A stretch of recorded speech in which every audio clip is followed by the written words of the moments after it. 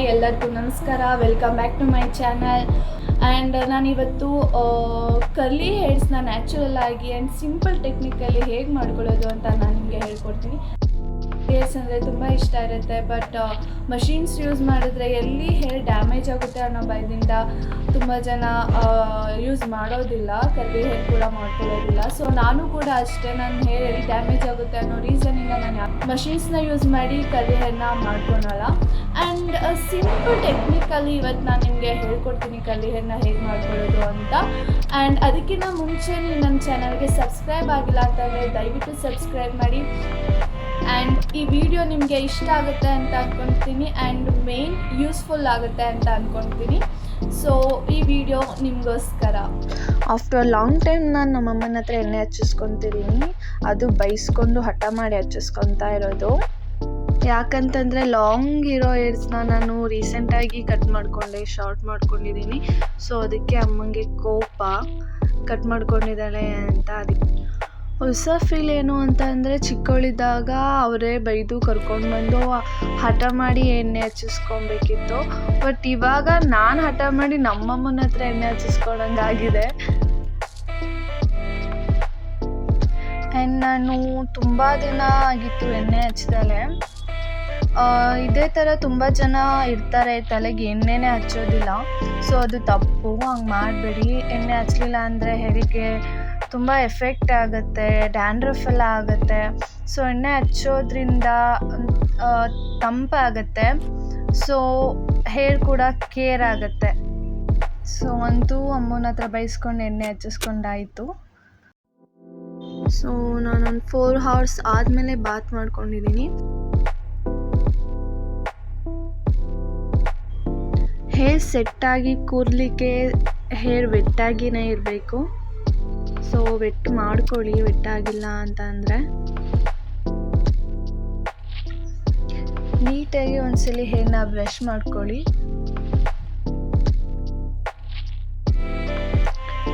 ಸಿಕ್ಕೇನಾದರೂ ಆಗಿದ್ರೆ ನೀವು ಎಡ್ಜಿಂದ ಸಿಕ್ ಬಿಡಿಸ್ಕೊಳ್ಳಿ. ಯಾಕಂತಂದರೆ ನೀವು ಮೇಲ್ಗಡೆಯಿಂದನೇ ಬಿಡಿಸ್ಕೊಂಡ್ರೆ ಹೇರ್ ತುಂಬಾ ಫಾಲ್ ಆಗುತ್ತೆ. ಸೊ ನೀವು ಎಡ್ಜಿಂದನೇ ಸಿಕ್ ಬಿಡಿಸ್ಕೊಳ್ಳಿ.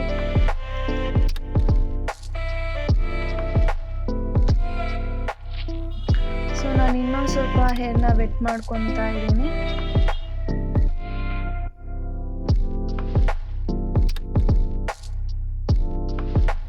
So as usual hair fall. So ನಿಮಗೆ ಗೊತ್ತು, ಅಕಾರ್ಡಿಂಗ್ ಟು ಫ್ಯಾಕ್ಟ್ ಪರ್ ಡೇಗೆ 100 ಹೇರ್ ಆದರೂ ಫಾಲ್ ಆಗೇ ಆಗುತ್ತೆ. So don't bother about it. So ನಾನು ಫಸ್ಟ್ಗೆ ಅಲೋವೆರಾ ಜೆಲ್ ಯೂಸ್ ಮಾಡ್ತೀನಿ. ಈ ಜೆಲ್ಲಿಂದ ಹೇರು ಸ್ಟಿಫಾಗಿ ಕೂರುತ್ತೆ. ಅಲೋವೆರಾ ಜೆಲ್ ಹೇರ್ಗೆ ಯಾವುದೇ ಎಫೆಕ್ಟ್ ಕೂಡ ಮಾಡೋದಿಲ್ಲ. ಇನ್ಫ್ಯಾಕ್ಟ್ ನಾವು ಇದನ್ನು ಸ್ಕಿನ್ಗೆ ಅಪ್ಲೈ ಮಾಡ್ತೀವಿ. ಸೊ ಹೇರ್ಗೆ ಯಾವುದೇ ಎಫೆಕ್ಟ್ ಕೂಡ ಆಗೋದಿಲ್ಲ. ಸೊ ಫಸ್ಟ್ ಟೈಮ್ ನಾನು ಈ ಟೆಕ್ನಿಕ್ನ ಯೂಸ್ ಮಾಡಿದಾಗ ಫ್ರೆಂಡ್ ಕೇಳಿದ್ಲು, ಏನು ಮೆಷಿನ್ ಯೂಸ್ ಮಾಡಿದ್ಯಾ ಅಂತ. ಸೊ ಯಾವುದೇ ಮೆಷಿನ್ ಯೂಸ್ ಮಾಡಿರಲಿಲ್ಲ ನಾನು. ಸೊ ಅವಳಿಗೆ ಹೇರ್ ಕೂಡ ಇರಲಿಲ್ಲ, ಈ ಥರ ಮಾಡ್ಕೊಂಡಿದ್ದೆ ನಾನು ಹೇಗೆ ಅಂತ. ಸೊ ಈಗ ನನ್ನ ಸೀಕ್ರೆಟ್ ಅವ್ರಿಗೂ ಕೂಡ ಗೊತ್ತಾಗತ್ತೆ.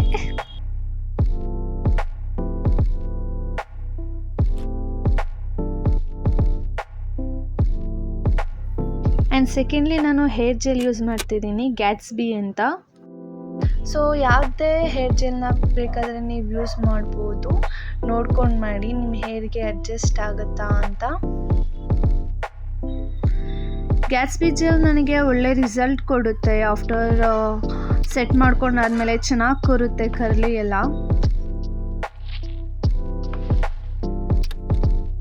ಆ್ಯಂಡ್ ನಾನು ಈ ಸೈಡ್ ಹೇರ್ಗೆ ಏನು ಕೂಡ ಅಪ್ಲೈ ಮಾಡಲ್ಲ, ನ್ಯಾಚುರಲ್ ಆಗಿಯೇ ಹಾಗೆ ಬಿಡ್ತೀನಿ.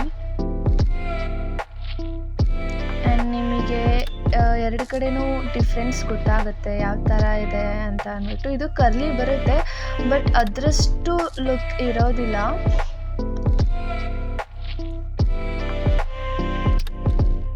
ಸೊ ನಾನು ಈ ಥರದನ್ನ ಟೈಟಾಗಿ ಸ್ಟ್ರೈಟನ್ ಮಾಡಿಕೊಂಡು ನನ್ನ ಫಿಂಗರ್ಗೆ ರೋಲ್ ಮಾಡ್ಕೊತೀನಿ.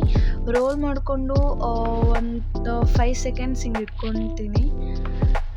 ಆ್ಯಂಡ್ ಆಮೇಲೆ ಹಾಗೆ ಬಿಡ್ತೀನಿ.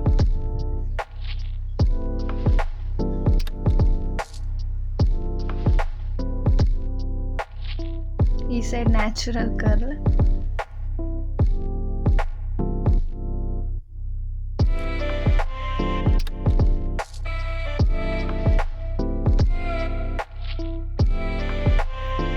ನನಗಂತೂ ಈ ಒಂದು ಸಿಂಪಲ್ ಟೆಕ್ನಿಕ್ ತುಂಬಾ ಇಷ್ಟ ಆಯಿತು. ಆ್ಯಂಡ್ ಐ ಹೋಪ್ ನೀವು ಯೂಸ್ ಮಾಡಿದ್ಮೇಲೆ ಈ ಟೆಕ್ನಿಕ್ ನಿಮಗೂ ಕೂಡ ಇಷ್ಟ ಆಗುತ್ತೆ. ನಾನು ಆಲ್ರೆಡಿ ತುಂಬ ದಿನದಿಂದ ಯೂಸ್ ಮಾಡ್ತಾಯಿದ್ದೀನಿ. ನನಗೆ ಒಳ್ಳೆ ರಿಸಲ್ಟ್ ಕೊಟ್ಟಿದೆ ಹೊರತು ಯಾವುದೇ ಸೈಡ್ ಎಫೆಕ್ಟ್ ಏನೂ ಕೂಡ ಆಗಿಲ್ಲ. ಒಮ್ಮೆ ಟ್ರೈ ಮಾಡಿ ನೋಡಿ ಅಂತ ಹೇಳ್ತಾ, ನಿಮಗೆ ಈ ವಿಡಿಯೋ ಇಷ್ಟ ಆಗಿದರೆ ದಯವಿಟ್ಟು ಲೈಕ್ ಮಾಡಿ, ಶೇರ್ ಮಾಡಿ ಆ್ಯಂಡ್ ಸಬ್ಸ್ಕ್ರೈಬ್ ಮಾಡಿ. ನೀವು ಮಾಡೋ ಲೈಕ್ ಮತ್ತು ಸಬ್ಸ್ಕ್ರೈಬಿಂದ ನನಗೆ ಇನ್ನೂ ಮೋಟಿವೇಟ್ ಆಗುತ್ತೆ ಇದೇ ಥರ ವೀಡಿಯೋಸ್ ಮಾಡಲಿಕ್ಕೆ. Keep supporting, stay tuned, have a chill day. Thank you so much to all.